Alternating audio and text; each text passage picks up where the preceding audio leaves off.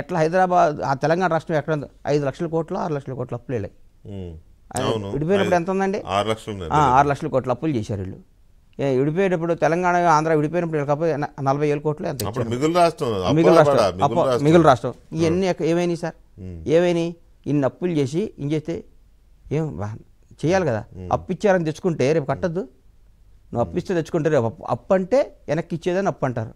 ఫ్రీగా ఇస్తే ఫోన్లు చేస్తే ఇసుకున్నాను అన్నారు కదా, వాళ్ళు ఏమన్నారు? ఎందుకు వేయలేదన్నారు? అన్న క్షమించన్నా మా బాధలు మాకున్నాయి అన్నారు. ఏంటో ఆ బాధ? నేను వాళ్ళకి 4 రోజులు కోపంగా ఉన్నా. అమ్మ ఇల్లేంద్రా మీకు 24 గంటలు ఏ సీమాంధ్రుడికైనా ఎవరికి ఏ సమస్య వచ్చినా ఫోన్ చేయండి, వస్తాం, నేను వస్తా, పోరాడదాం. ఏమైంది? మా అయితే ఏం చేస్తారు? కొడతారు, తిడతారు, పోరాడతాం. ఏం చేస్తారు? రేవంత్ రెడ్డి గారు లాంటి కుట్టబట్టేగా ఊవెత్తు కెరటంలో ఎగిరిపడింది. రేవంత్ రెడ్డి గారు నిమిషం పెట్టేట్టుగా మొత్తం ఇండియా మొత్తం ఈయన చేసుకున్నాడు. ఇండియా మొత్తం ఇవాళ ఇండియాలో మొత్తం ప్రతి ఒక్క రాష్ట్ర ముఖ్యమంత్రి ప్రతి ఒక్కళ్ళు రేవంత్ రెడ్డి అని మాట్లాడుకుంటున్నారు సార్. అట్లా కావాలంటే మన ఆడికి ఎవరికైనా అన్యాయం జరిగితే, మన ఆడికి ఎవరికైనా కష్టం వస్తే పరిగెత్తుకుంటూ వెళ్తాం డిసైడెడ్. ఎవరికి అన్యాయం వచ్చినా, ఏ సీమాంధ్రుడికి వచ్చినా, ఎవరికి వచ్చినా రైట్, మాకు రైట్ ఉంది సార్ ఇక్కడ.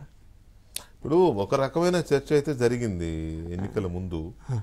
ఎన్నికలు జరుగుతున్న టైంలో కూడా ఒక చర్చ ఏం జరిగిందంటే, నాకు మీరు టచ్ చేశారు, హైదరాబాద్ అంటేనే సగం ఈ కొత్త హైదరాబాద్ అంతా ఐటీ కదా, ఐటీ రియల్ ఎస్టేట్ బాగా వాళ్ళంతా మర్చిపోయారు. రియల్ ఎస్టేట్ వాళ్ళతో కూడా మీటింగ్లు మేము వస్తే ఉండదు. ఇక మీ దందా మొత్తం కథం, వ్యాపారం అంతా పాడైపోద్ది, మీ అపార్ట్మెంట్లు కొనరు.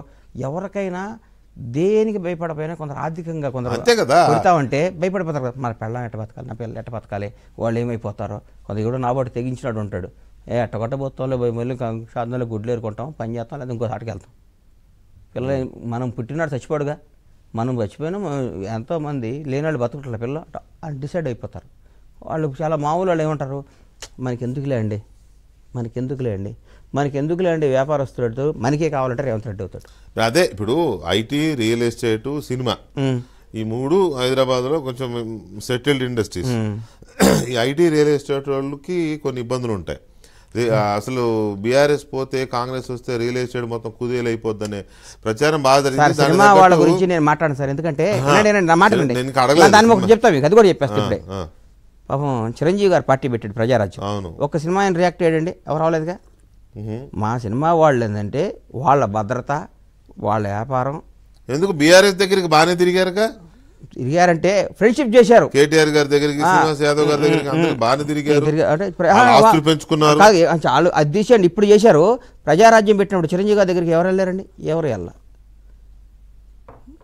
నా హీరో పవన్ కళ్యాణ్ గారు జనసేన పెడితే ఎవరు వెళ్ళారండి? ఎవరు వెళ్ళా. వాళ్ళని వదిలేశారు. నిజం చెప్తున్నా. మా సినిమా వాళ్ళు ఏంటంటే మాకెందుకులే, మనకి ఎవరుంటే రామ్ ఆయారామ్ గయారామ్ అనుకుని వెళ్ళిపోతారు. వాళ్ళు తప్పని, ఎందుకంటే వాళ్ళ వ్యాపారం అది కాదు. వాళ్ళ సినిమా వాళ్ళు ఏదో వ్యాపారం సినిమా చేసుకుంటే ఏ పార్టీ సంబంధం లేదు. ఇప్పుడు మీరు బాగా తిరిగారన్నారు కదా, దాని మీద నేను ఇప్పుడు తర్వాత మీకు చెప్తా ఒక విషయం. ఇప్పుడు చెప్తే బాగోదు. బాగా తిరిగిన వాళ్ళ గురించి ఒక రోజు పెడతాం మనం, చెప్తాం మీకు. అంతే ఇప్పుడే అయితే ఈ రియల్ ఎస్టేట్ వీళ్ళ విషయంలో ఏంటంటే, ఏపీ నుంచి వైసీపీ వాళ్ళు కూడా కొంతమంది వచ్చి ఎమ్మెల్యేలు, ఒకరిద్దరు ఎమ్మెల్యేలు నిన్న వీకెండ్ కామెంట్ లో మా ఎండి రాధాకృష్ణ గారు రాశారు, కొంతమంది వచ్చి ఇక్కడికి వాళ్ళు కూడా కాంగ్రెస్ కనుక వస్తే బీఆర్ఎస్ పోతే మీ వ్యాపారాలు మొత్తం పోతాయి, మీ రియల్ ఎస్టేట్, మీ భూములు అన్ని పోతాయని ఇండైరెక్ట్ గా వాళ్ళని బాగా గట్టిగానే ఇది చేశారు. ఇటు ఐటీ వాళ్ళని బెదిరించారు సార్. నాకు కొందరు ఫ్రాంక్ ఇప్పుడు చెప్పేస్తుంది, ఎందుకు కొందరు ఐటీ ఉద్యోగులు మా వాళ్ళే, మా బంధువులు కూడా, ఎందుకమ్మంటే వాళ్ళకి చెప్పారు, మమ్మల్ని భయపెట్టారన్న, మా ఉద్యోగాలు పోతాయి, ఇప్పుడే అపార్ట్మెంట్ కొనుక్కున్నాను, దీన్ని 7 ఏళ్ళు 8 ఏళ్ళు కట్టాలి, ఇంకా పొరపాటున ఇప్పుడు అపార్ట్మెంట్కి డబ్బులు కట్టలేకపోతే అన్యాయం అయిపోతాం కదా, ఉద్యోగం కూడా పోతే మేము ఎట్లా బతకాలి అన్న భయంతో ఓటేయలేదని చెప్పారు.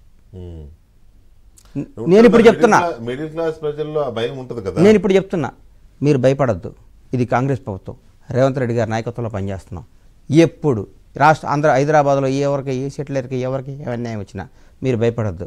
ఒక ఏవేటు ఫోన్ కాల్, మీ సమస్యను తీరుస్తారు వచ్చి, అంతే. ఏదో మీరు గెలిచిన వాళ్ళలో, సిటీలో గెలిచిన వాళ్ళలో కూడా 3-4 పేర్లు వినపడుతున్నాయి, దూకేస్తారని. అయ్యని నాకు తెలియదు అన్న, దూకితే నీకు తెలియకుండా ఎలా ఉంటుంది? నాకు తెలియదు భయ్య, నాకు తెలియదు. అసలు ఇప్పుడు నేనంతా రేవంత్ అన్నారు, రాజకీయం చేస్తావు. మామూలుగా రాజకీయాలు చేసే వాళ్ళకంటే ఎక్కువ రాజకీయం చేస్తాను. నువ్వు దండం పెడతాను. నా కోరిక, నా డ్రీమ్ ఇది. ఈ 5 ఏళ్ళు ఎప్పుడు అయిపోతారా, ఎప్పుడు కాంగ్రెస్ వస్తాను ఎదురు చూశాను, వచ్చింది అంతే. ఓకే, ఇప్పుడు వచ్చిన దాన్ని